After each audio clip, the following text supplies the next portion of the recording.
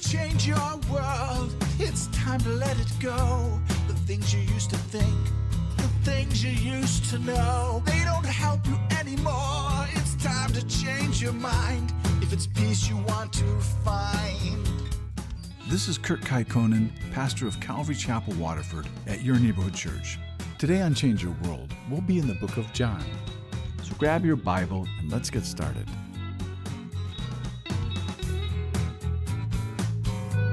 It's time to change your world. You need to let it go.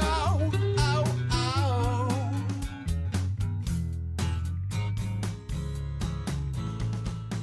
So last week, Jesus gave us the second of the 7 I am statements. I am the light of the world. He who follows me shall not walk in darkness, but have the light of life. And even though Jesus is the light of the world, the Pharisees were blind to him. They couldn't see it. And we're talking about spiritual light. And then Jesus told the Pharisees for the second time that he was going away and that they would seek him, but that they would die in their sins. And where he was going, they couldn't come. And they accused him of being suicidal and going to hell. And then Jesus, he told them it was the opposite, that if they wouldn't believe in him, they would die in their sins and they would go to hell. And then Jesus told them that when they lift him up, meaning crucified, that they would know that he was the I am and that it pleased the Father.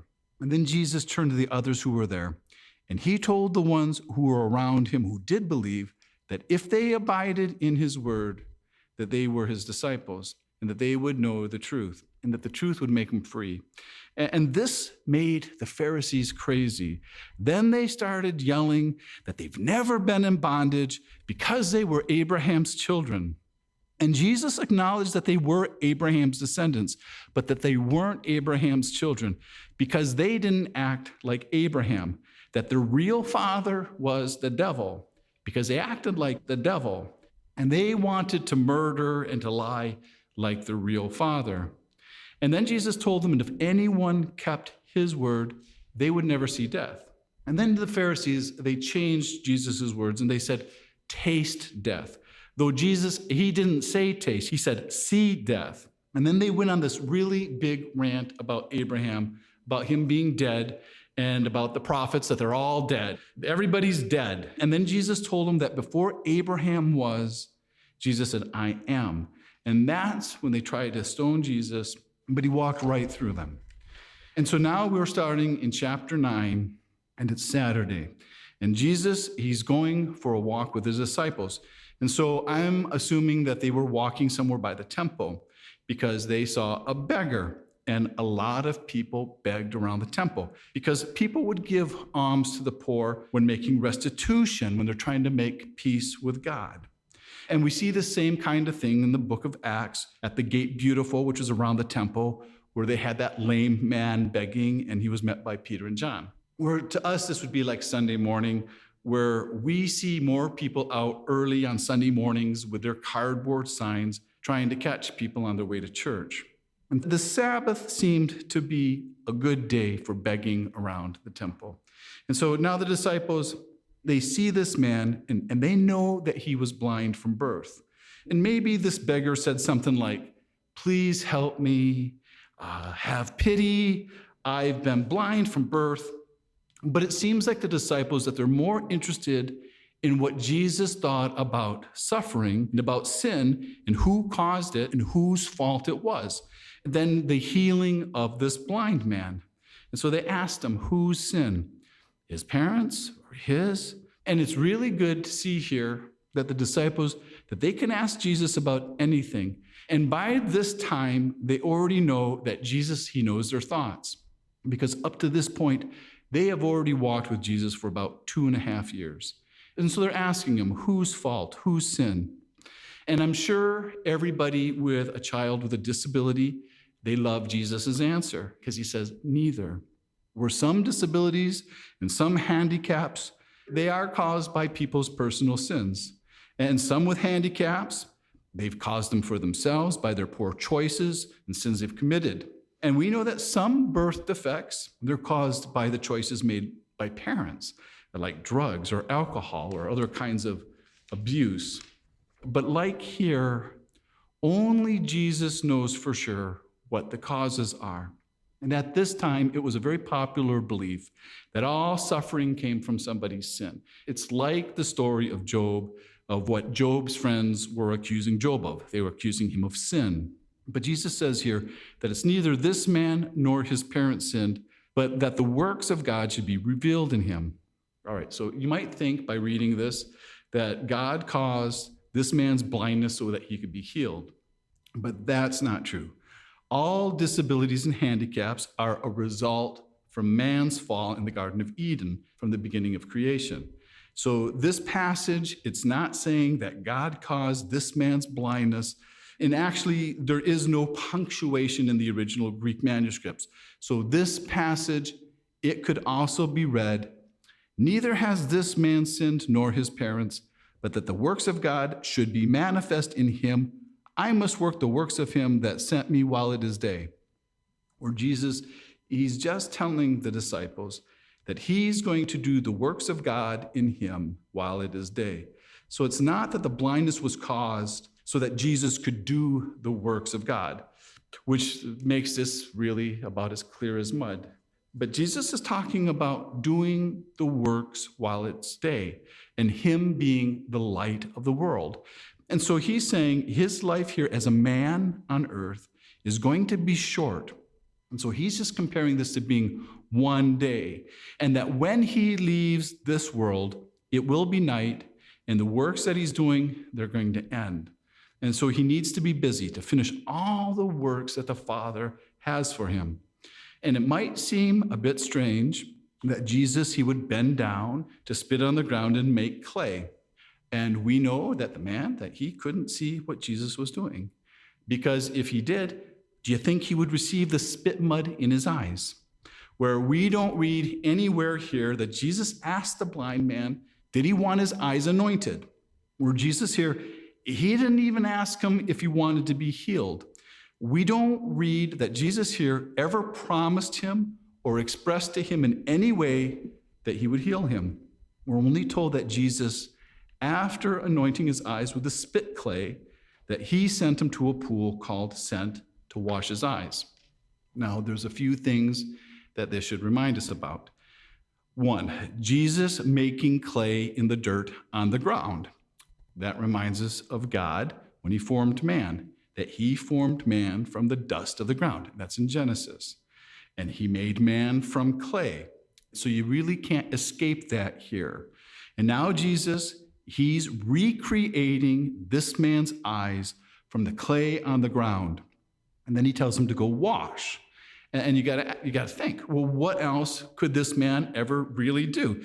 If you had dirt in your eyes and you have a lot of it, where if you just have a little speck of dirt, it hurts, it's irritating. And now to have two eyes full of dirt where you need a lot of water to wash it out because you just can't wipe it off. And so that's another reason why I think this is near the temple, because he sent him to the pool of Siloam, which is the same pool that we read about where the priests took the water up and they poured it out on the temple pavement during the Feast of Tabernacle. And so we see this man, and he's going back and forth, where it doesn't seem like he's traveling very far. And you kind of have to wonder, well, what would this man be thinking on his way to wash his eyes?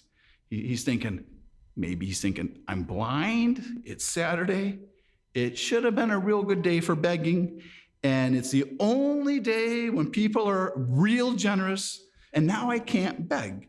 Because this man, he put mud in my eyes, and now I have to go wash them.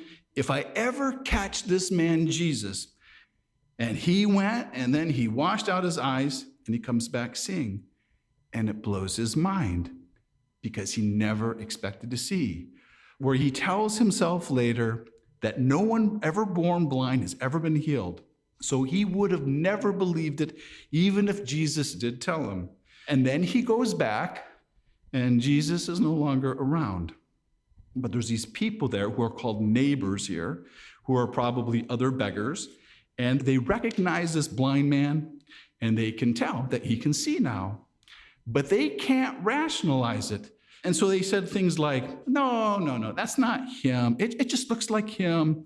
Until the guy tells them, no, it's me. It's really me. And we're never told this guy's name. And then when they ask him, well, how were your eyes opened? All he could say, a man called Jesus, because that's all he knew about him. All he knew was his name, Jesus, a man. And he told me to go to the pool of Siloam and wash. And they asked, where is he? And he says, I don't know. Because he didn't know anything about him, because he never saw him. He only heard his voice and he only felt his touch. And so these people who are called neighbors, they do what they think is best. When an act of God has just happened, they go and they take him to the religious people, who are the Pharisees, because they should know what to do with healed people. And this man, this beggar, he doesn't know who's who. He's never been there before. He's never seen Pharisees. And so now he's with the Pharisees, and it's here on the Sabbath. And so you would think this would be a great time of rejoicing. But instead of rejoicing with this healed blind man, the Pharisees, they grilled him. And they kept grilling him over and over, where they're saying, tell us again. And they're interrogating him. And he kept telling them everything he knew. He put clay on my eyes, I washed, and now I see. Where the Pharisees should have been asking who, but when they found out who, all it did is it just made their hatred show even more. And then they said, this man is not from God. He does not keep the Sabbath. And so now this divides the crowd. And in this division, the Pharisees are losing because the people are believing. And Jesus, he's actually nowhere around. And so they're just arguing with a poor beggar who's just been healed from blindness. And the Pharisees ask him, what do you say about him? And so the beggar, he says, he's a prophet. And this blind beggar, he only knows Jesus as a man, where now he knows enough to call Jesus a prophet. Where sometimes we'll have an opposition that makes us question our faith, which actually can make our faith grow, because we're having to answer these same questions to ourselves. And like sometimes, like when you're on Facebook and you see these videos, and sometimes there's this moment where a little child hears their mother's voice for the first time, or someone has gained their sight who has never seen before, and they're so wonderful, and everybody's just so full of joy. This story's not like that, because the Pharisees, they call the beggar's parents, because the Pharisees, they can call anyone they want to call, and they have to show up because they rule this town. And so now they start grilling his parents, and they ask him two questions. The first is this your son who you said was born blind? And the second is, how does he now then see? But the parents, they only answer the first question, and they say, we know that this is our son, and that he was born blind, but by what means he now sees, we do not know. They wouldn't stick up for their son.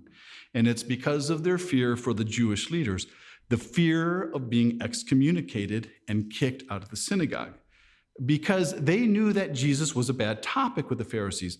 So they dropped their son like a ton of hot bricks, because the truth is that everyone was in fear of the Pharisees, because they had the power to make anyone's life unbearable for a Jew. Because when a person was excommunicated from the synagogue, they were treated like a Gentile or like a leper. They were treated as if they were unclean, where they can't have any dealings with any Jews, not even their family anymore. Where here today, things are different.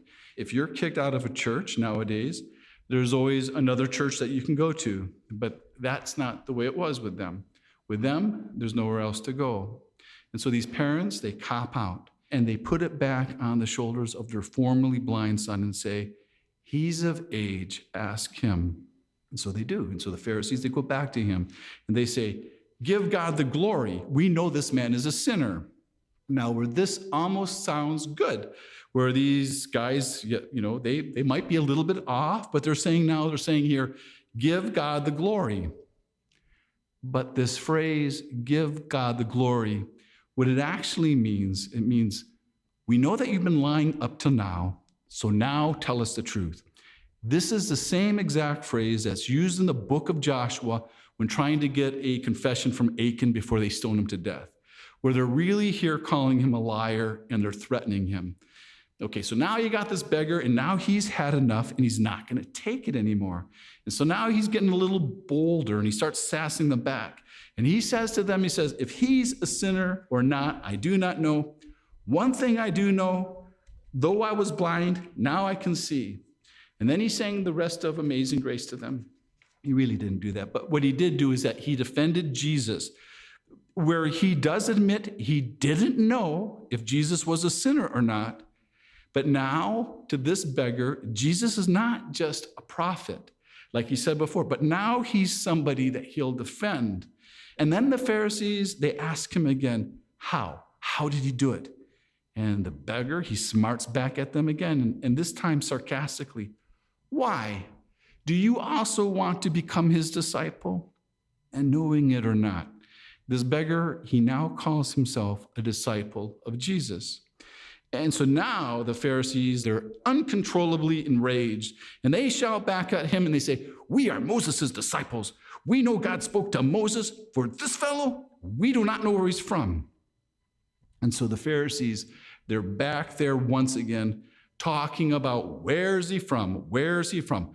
Because they can never accept Jesus' answer of what he told them, of where he's from. But they're really not Moses' disciples either. They don't really listen to Moses either. They just listen to each other. These are spiritually blind men following other blind men, and they're all groping about the dark, lost. So instead of seeing these beautiful things that God was doing for Israel, where God, he's been silent for over 400 years, all they can focus on is where's Jesus from? And so now this formerly blind beggar, he mocks them for not being able to figure out such a simple puzzle. And so the beggar says, why, this is a marvelous thing that you don't know where he's from, yet he opened my eyes. And then the man tells him, this has never happened before. A man born blind healed. And he's telling him, if Jesus wasn't from God, he couldn't do nothing. And so this blind man, he acknowledges now that Jesus is from God. And you kind of have to remember that he's only been healed for a few hours. These are his first experiences as a seeing man. And that's often the way it is. When we have these great blessings from God, the very first thing we encounter is a great spiritual attack. Or sometimes it even seems like an unbearable attack. And sometimes it even comes from the church. And then sometimes it even comes from our own family members. And so now you got the Pharisees here, and they curse him, and they tell him that he was completely born in sin. But Jesus, he had already told them that he wasn't. And now the Pharisees, they cast him out. And many of us, we've been cast out of our churches for our faith in Jesus. And many of us have lost relationships with our family over Jesus, or friends that we used to spend time with. They now want nothing to do with us.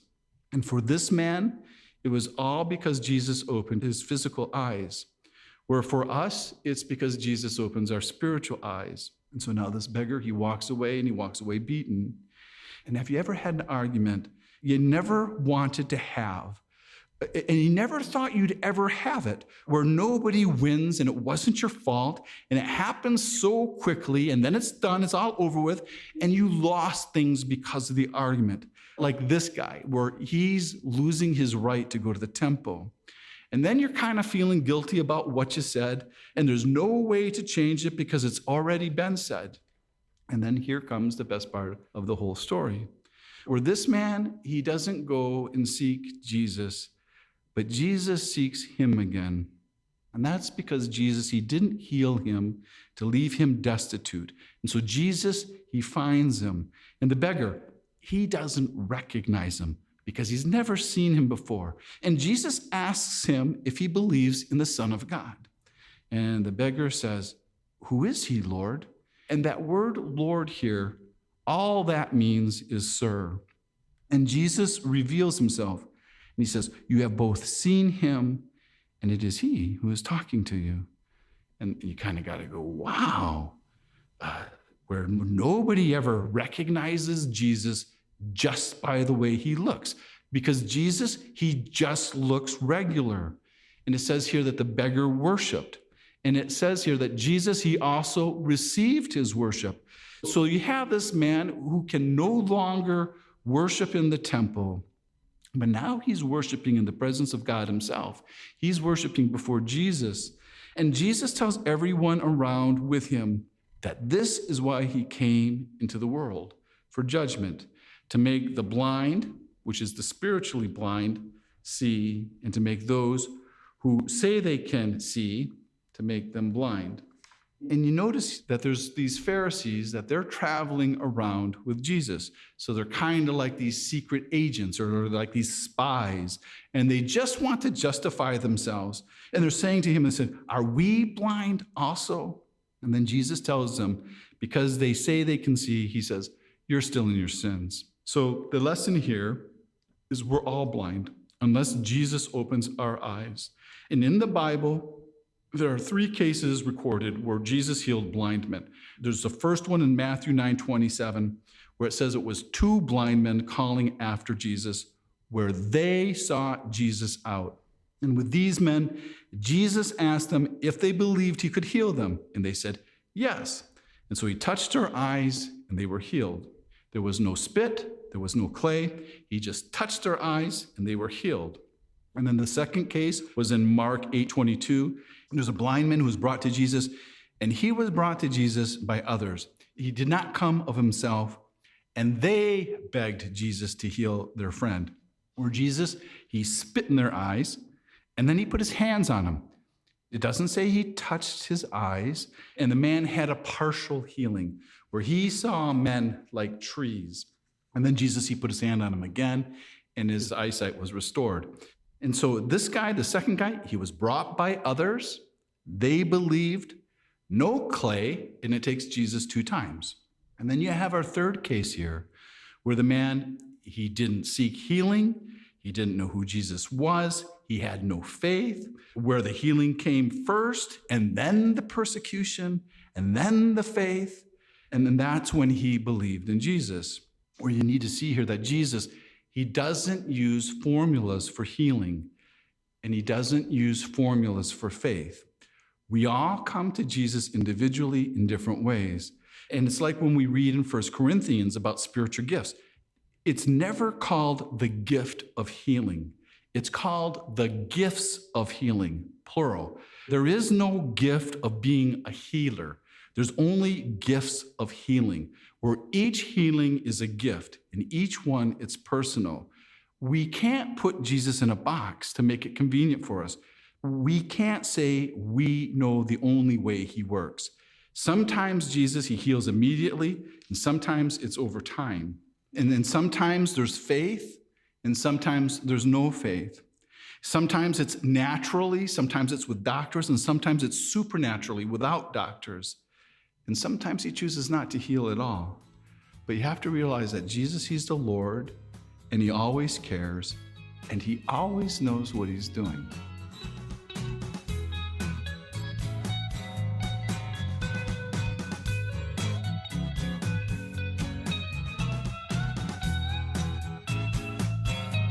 You need to change your world. You need to let it go. Thanks for listening to Change Your World. Change Your World is an outreach of Calvary Chapel, Waterford, and your neighborhood church. If you're listening to Change Your World in the Detroit metro area, why don't you join us for church this Sunday? Our service time is 10 a.m. at Calvary Chapel, Waterford, 183 South Winding Drive, Waterford, Michigan. We're competing with the Catholics. It's only an hour.